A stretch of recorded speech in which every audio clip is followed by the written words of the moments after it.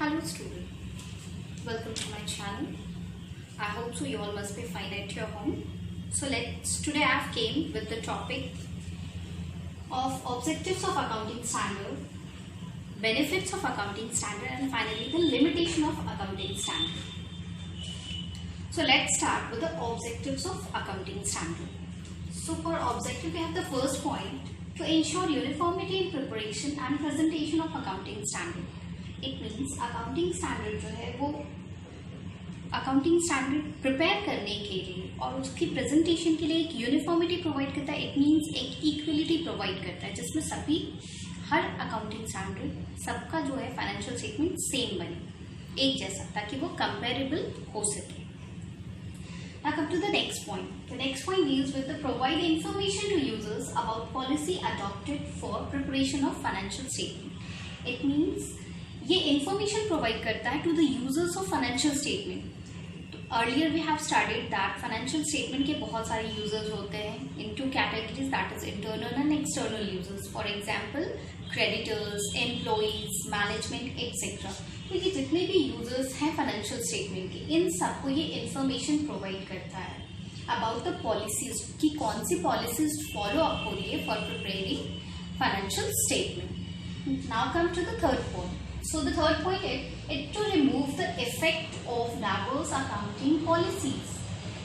तो third objective of accounting standard is to remove the effect of diverse accounting. Diverse accounting policies का मतलब होता है कि different account business entities follows different accounting policies, जो कि हम जिसको जनरली एक्सेप्टेड अकाउंटिंग पॉलिसीज कहते थे, जो we have earlier studied in our previous class. So इसके इफेक्ट को दूर करने के लिए ये हमारी हेल्प करता है. If we are following accounting standard then it is quite helpful for us to be a part of the diverse effect of accounting policies. Next point, fourth point, to ensure transparency and comparability of financial statement. So diverse effect की वजह से जो भी problems आती थी, जिसमें सबसे पहला था कि कंपेयर नहीं हो पाता था सारे फाइनेंशियल स्टेटमेंट्स का, चाहे वो अब एक बिजनेस एंटिटी के डिफरेंट ईयर्स से कंपैरिजन हो या फिर एक बिजनेस एंटिटी के उसके कॉम्पिटिटर के फाइनेंशियल स्टेटमेंट से हो. तो now because of this accounting standard it is quite possible. So next point, to improve reliability and credibility of financial statement. तो ये फाइनेंशियल स्टेटमेंट की क्रेडिबिलिटी को बढ़ाता है और उसकी रियलेबिलिटी को बढ़ाता है. इसलिए बढ़ाता है बिकॉज क्रेडिबिलिटी बढ़ाने का मतलब है if everyone has faith on it, it means उसकी क्रेडिबिलिटी बढ़ जाती है. जब सभी लोग एक स्टैंडर्ड को फॉलो करेंगे तो डेफिनेटली उसकी क्रेडिबिलिटी जो है वो बढ़ जाएगी क्योंकि सबका इक्वल होगा. So this is all about the objectives of accounting standard. Now come to the next topic, that is utility or the benefits of accounting standard. So the first benefit of accounting standard is it improves the reliability and credibility of financial statement by providing uniform guidelines. We have already studied about this point in the objectives of accounting standard. तो उसका objective और benefits are almost equal. So the first point is this कि वो उसकी reliability and credibility को improve करता है. Financial statement की कैसे इम्प्रूव करता है? By providing the uniform guidelines. Uniform guidelines provide करता है क्योंकि अकाउंटिंग स्टैंडर्ड का जो भी गाइडलाइंस है वो everyone has to follow up this. और अगर सभी कोई वही गाइडलाइंस को अपनाएंगे तो सबका एक जैसा बनेगा और वहां पे कंपेयर करना ईजी हो जाएगा. Second point, ensures comparability of financial statement. Now जब अकाउंटिंग स्टैंडर्ड फॉलो होगा, सभी का एक जैसा फाइनेंशियल स्टेटमेंट बनेगा तो वहां कंपैरिजन करना इजी हो जाएगा. Next, help in resolving conflict of financial interest among various groups. अब ये कॉन्फ्लिक्ट्स जो होता है फाइनेंशियल स्टेटमेंट को लेकर, कुछ कॉन्फ्लिक्ट्स होते हैं जैसे regarding the information of financial statement. Different users जो होते हैं फाइनेंशियल स्टेटमेंट के, उनका हर यूजर का एक अपना अलग यूज होता है कि वो फाइनेंशियल स्टेटमेंट से कौन सी इंफॉर्मेशन चाहता है. फॉर एग्जांपल अगर हम ले तो creditor and share holders both are the users of financial statement. तो इन दोनों का लेकिन फाइनेंशियल स्टेटमेंट और प्रॉफिटेबिलिटी जो है फर्म की, उसका डिफरेंट यूज है. एक क्रेडिटर प्रॉफिटेबिलिटी इसलिए देखना चाहता है क्योंकि वो क्रेडिट उसी बेस पे उस ऑर्गेनाइजेशन को देता है, और एक शेयर होल्डर प्रॉफिटेबिलिटी इसलिए देता है क्योंकि जितना ज़्यादा प्रॉफिटेबल वो ऑर्गेनाइजेशन होगा वो उसमें इन्वेस्ट करना चाहेगा, क्योंकि उसका शेयर ऑफ प्रॉफिट जो है वो उसको ज़्यादा मिलेगा। सो इसलिए दोनों का अलग यूज है उस फाइनेंशियल स्टेटमेंट से, और क्योंकि अकाउंटिंग स्टैंडर्ड एक स्टैंडर्ड को फॉलो अप करता है, इसीलिए ये दोनों के लिए अपने अपने इंफॉर्मेशन, जिसको जो इंफॉर्मेशन चाहिए वो प्रोवाइड करता है। Next point, reduces the chances of manipulation and frauds.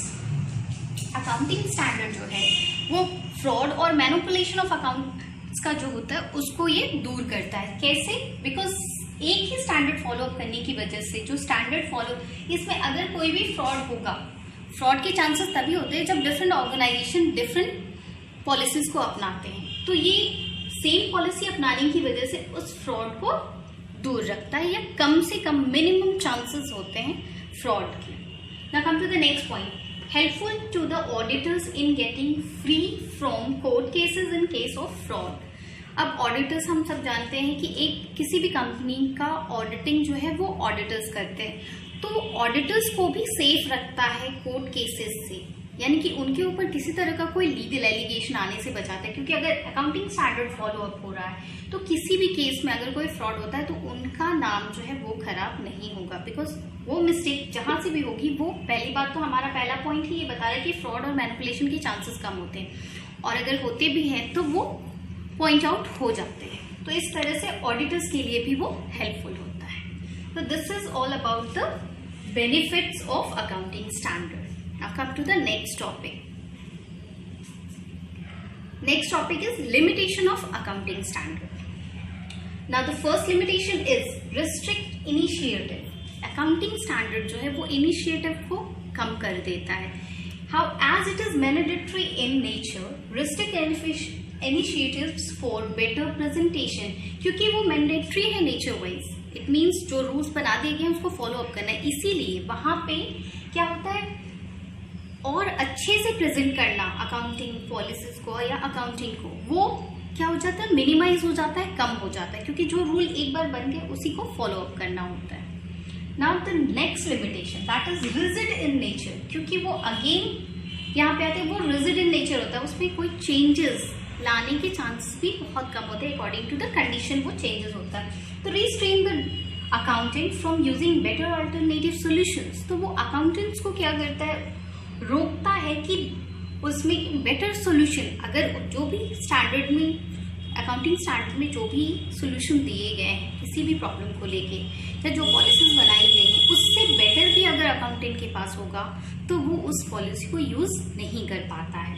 तो this is the next limitation. Now come to the last limitation that is based on historical cost. ये अकाउंटिंग स्टैंडर्ड जो होता है ये हिस्टोरिकल कॉस्ट बेसिस को follow up करता है, जिसकी वजह से जो भी हमारे एसेट्स हैं उनका ट्रू वैल्यू हमारे बैलेंस शीट के बनने तक में शो नहीं हो पाता। हिस्टोरिकल कॉस्ट यानी कि जो भी उनका ओरिजिनल कॉस्ट है उसी बेसिस पे वो बैलेंस शीट जब तक तैयार करते हैं हम, यानी कि end of the financial year, वो वही शो करता है वैल्यू जो उनका ओरिजिनल कॉस्ट होता है। So these are all limitations of accounting standard. So these are all about the objective benefits and limitation of accounting standard. I hope so you all have enjoyed today's class. So stay safe and healthy at your home, and thanks for watching the video. If you like the video, then press the bell icon to get the latest videos of mine and press the like button.